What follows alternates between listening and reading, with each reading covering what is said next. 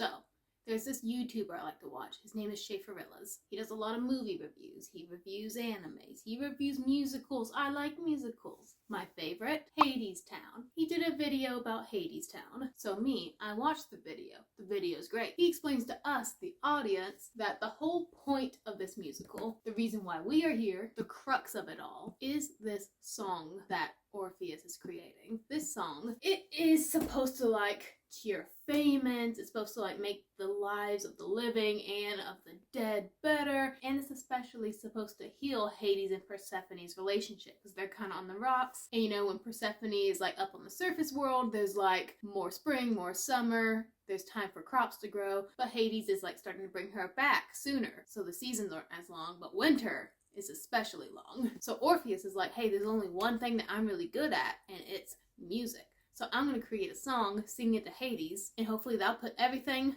back on track. And so the whole musical, this song is really important. We hear intros, we hear little snippets of it, but when we get to the actual performance of the big song, it's good. And that's good for the musical. Because if that song would have sucked, the whole musical would have been bad. They'd have been dang, Orpheus, you really just doomed us to famine for another 1,000 years. Thanks, man. Now imagine that in book form. Imagine you, me, reading Our Infinite Fates together. Our Infinite Fates, a little ditty about two lovers who are reincarnated again and again every 18 years. On their 18th birthday, they have to kill each other, or else something really bad will happen. Oh, we don't know what it is. One person knows. Arden, he knows. He's one of the lovers. And we go 80% through the book, never knowing A, why this is happening, or B, what would happen if they don't kill each other after their 18th birthday. I am dubbing this the Orpheus Song Complex. If we're waiting for some payoff, is the payoff paying off?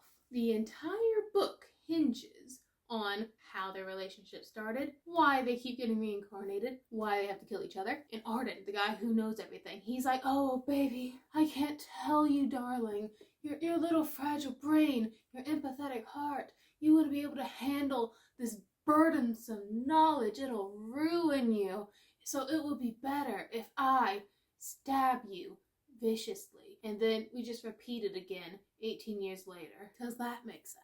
Eventually, because it's a standalone, we've got to have a climax or else it's just a horrible book. Eventually, our girl, she wears him down. She's hey, tell me right now, mister. And he's okay, so we're getting to the Orpheus song. Is the reason he's killing her over and over and over again worth 80% of no answers through this whole book? No, because imagine you're me, sunk cost fallacy and all. You're not really enjoying this, and then you hear this guy, Arden, tells you the reason why he has to kill you over and over again is because he joined an evil pyramid scheme. And that is Our Infinite Fates. Well, if that didn't scare you away, hi there. It's me, your girl, your Casey. Welcome to another episode of me being catfished by a beautiful book cover, gilded edges and all. Welcome to a book that has thousands of years of character development where nothing actually develops. A book that could have had a good story if it wasn't told in a really weird way that absolutely does not make sense when you get into it. So this book, it started out good. It started out okay. It started out prim. Everybody, this is prim. It started out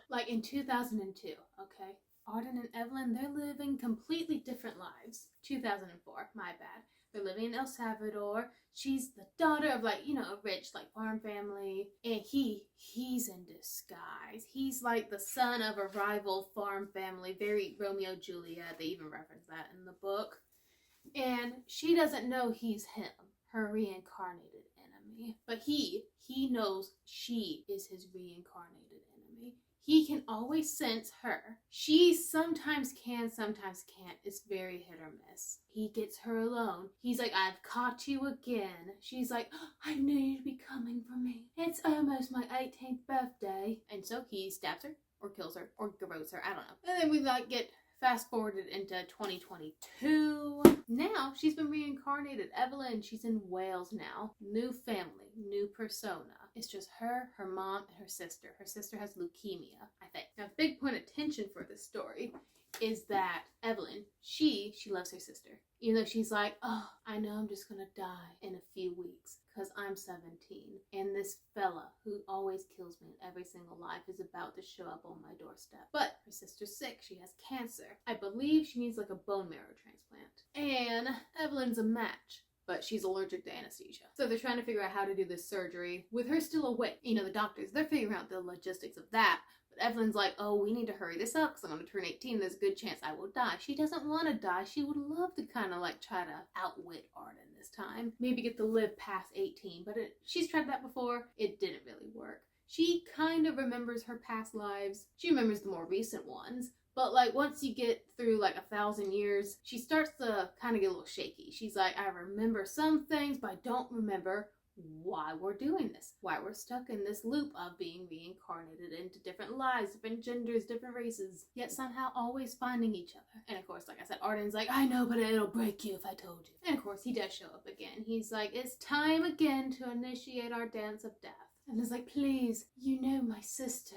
Because he's infiltrated her life again. That's what he does. He's very dramatic about this. He's always playing games. I don't like Arden. I've decided that right now. Because in some lives, he's like, I'm sorry, but I must ease you gently into deaths. Other times, he's like, I hate you, stab.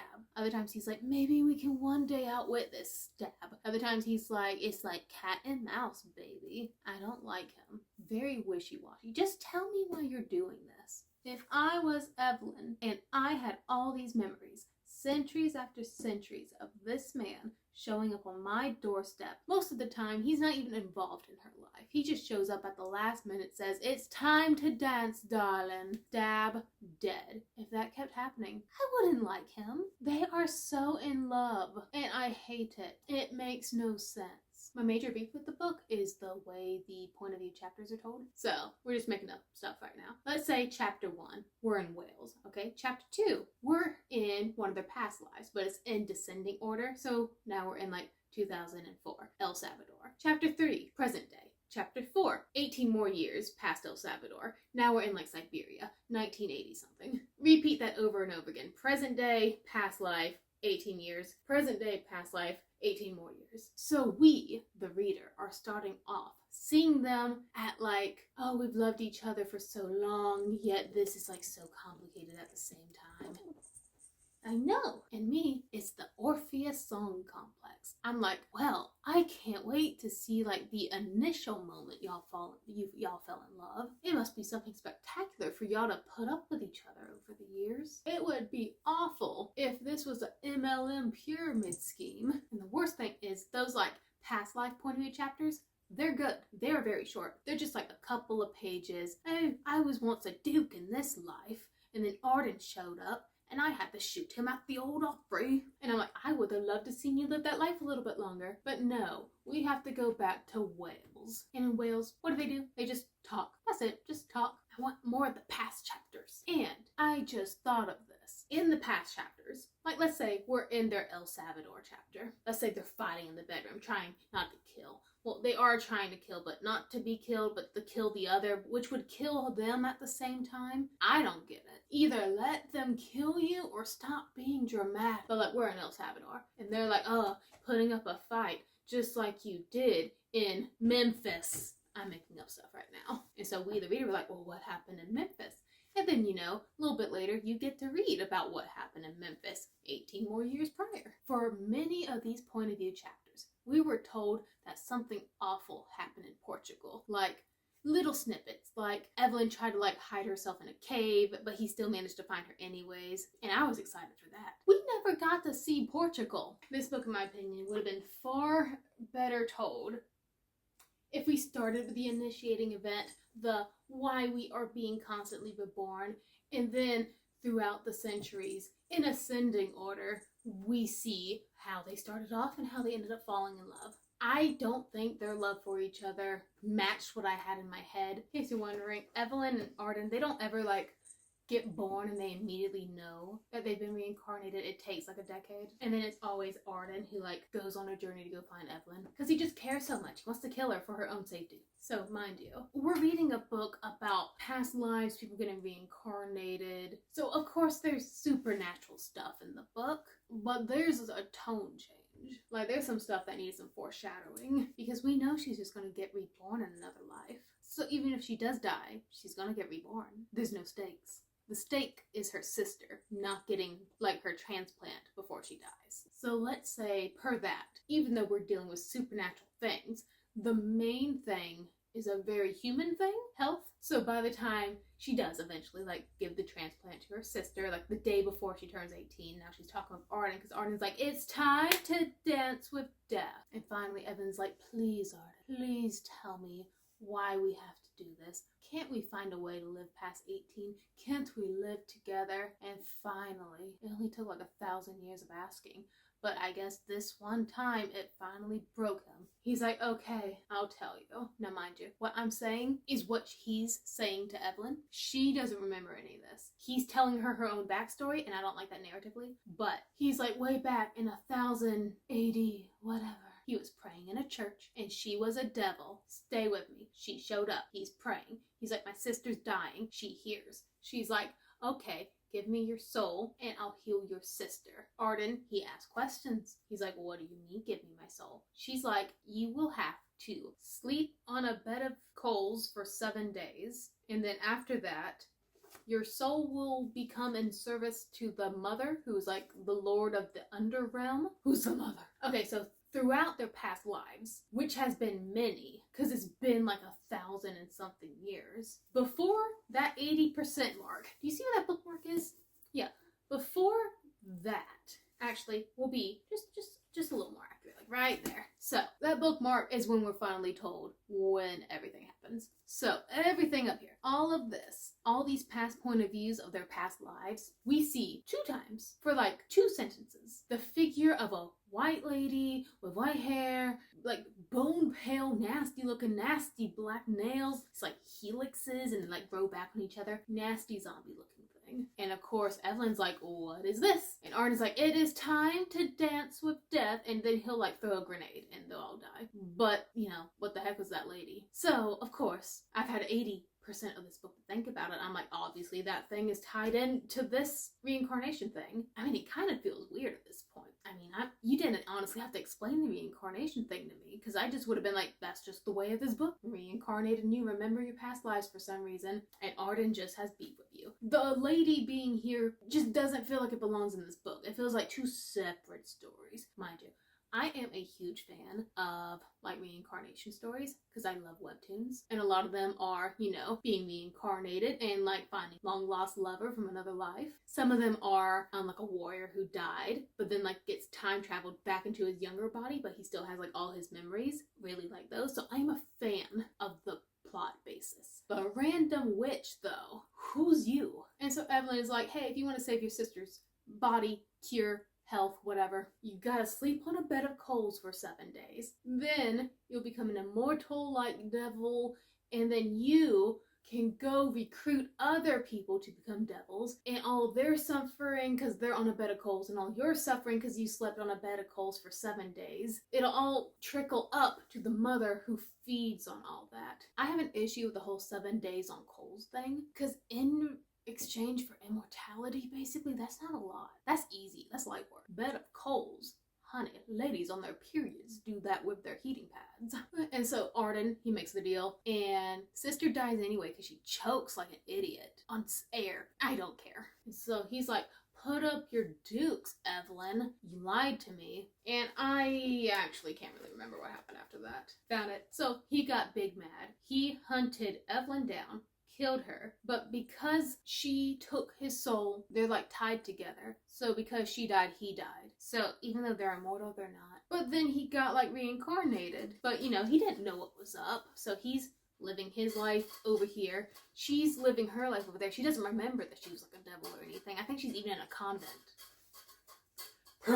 But when they turn 18, they get yoinked to the underworld. And the mother is like, it is time for you to dance the death dance. She's like, I let y'all mature till you're 18, so now you must serve me forever. But then Arden, he's like, what if I just kill us? And that'll automatically reset the arbitrary 18-year-old timeline, time stamp, due date. And yeah, that's why Arden is showing up every 18 years to kill her, because they'll have to sleep on a bed of coals for 7 days and then go reap more souls for a pyramid scheme. I didn't call it a pyramid scheme. They called it 4 times in the book. And this was my reaction. Meh, huh? This needed to be revealed much earlier in the book, Because I would have been more like, huh, interesting, instead of, huh, what? Because again, the biggest worry throughout the book was a bone marrow transplant. And now we have evil MLM Huns from hell. And then, you know, they're like, we're in 2022 Wales. They're like, it's time to end this. Great. How you gonna do that? With the power of love, idiot. I hate books that end due to the power of love or the power of friendship. Love conquers all. I ain't sappy like that. I want blood, sweat, and tears. But no, their overpowering love destroys the mother. Because she tried to make like a new deal with them for some reason. Why is the overpowered deity bargaining with children and giving them good deals too? I'm the mother. I'm mother. I'm talking to you. You're Evelyn. Evelyn, darling. Welcome back to hell. I've missed you. Oh, you don't want to join my pyramid scheme? You don't want to be a level diamond devil? Well, I'll make a final deal with you. Wait, I forgot to tell you, Evelyn. I feed on pain and suffering, but there's one thing I want to try. Love. You and Arden's love throughout the centuries. If you let me feed on all your love, I will let you guys be reincarnated into one more life. This is the ending of the Fallen series, by the way. I will let you be reincarnated into one more life with no expiration date. One final life together. You won't have your memories of each other, but maybe you'll find each other. And so, yeah, they agreed to the deal. And they didn't plan this. This just happened, by the way. We didn't know this was going to happen. Their overpowering love, because, you know, mother is like, yum, yum, yum, love, love, love. It burns. And she dies because she's overwhelmed by love. And then Arden and Evelyn are reborn into their final life. And, of course, they find each other. Whoop-de-doo. I'm so happy for you. Invite me to the wedding. And, yeah, that's our Infinite Fates. A lot of waiting in waiting rooms, a lot of talking. She was chained to a bed at one point, if you're into that. And then random fight with MLM Devil. I think 2 stars is good. I think I'll end it there. I don't know what to do after this. I did read Jonathan Strange and Mr. Norrell though, and that was really good. But he thick. So moral of this story, just sleep on the bed of coals. Easy. And like go reap souls. I don't care. Just don't be schmaltzy about your love. I don't care.